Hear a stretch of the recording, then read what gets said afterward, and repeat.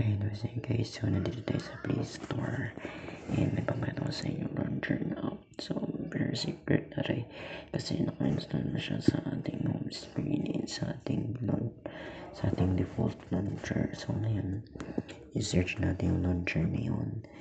Ayan. So ito yung launcher na maganda na gamitin yung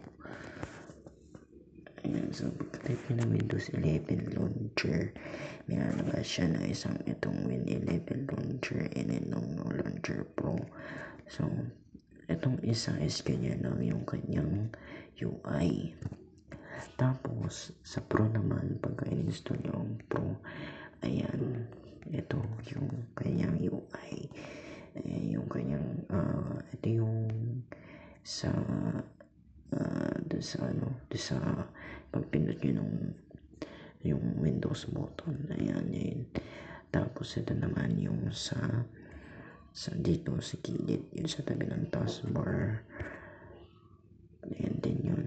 Tsaka yung kanyang widgets, yun yung sa desktop, yung mga default na lalabas sa desktop. Dito naman yung kanyang mga apps na installed. Then ito yung file explorer, then SD card, then USB na connected.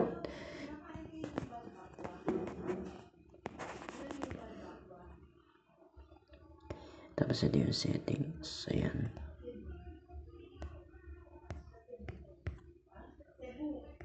Ganyan.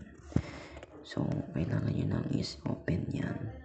Once na install nyo siya, medyo malit lang talaga to guys, yung Win 11 launcher pro. Then pagka open nyo yan, ayan yung lalabas dyan guys, ayan.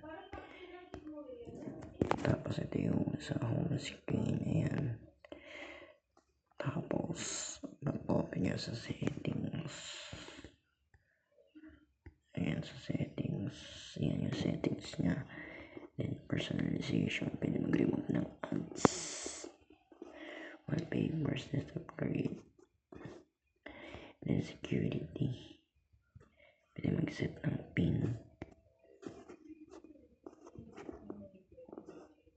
and then system,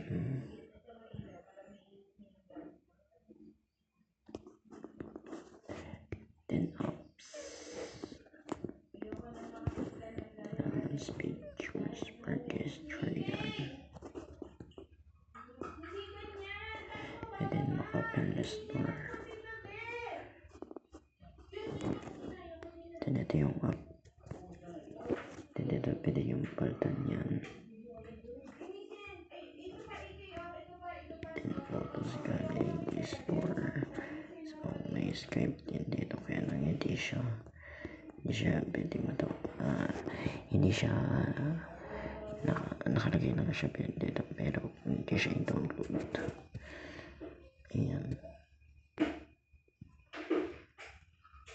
So yun lang guys yung magandang UI launcher na pwede yung gamitin yung 2025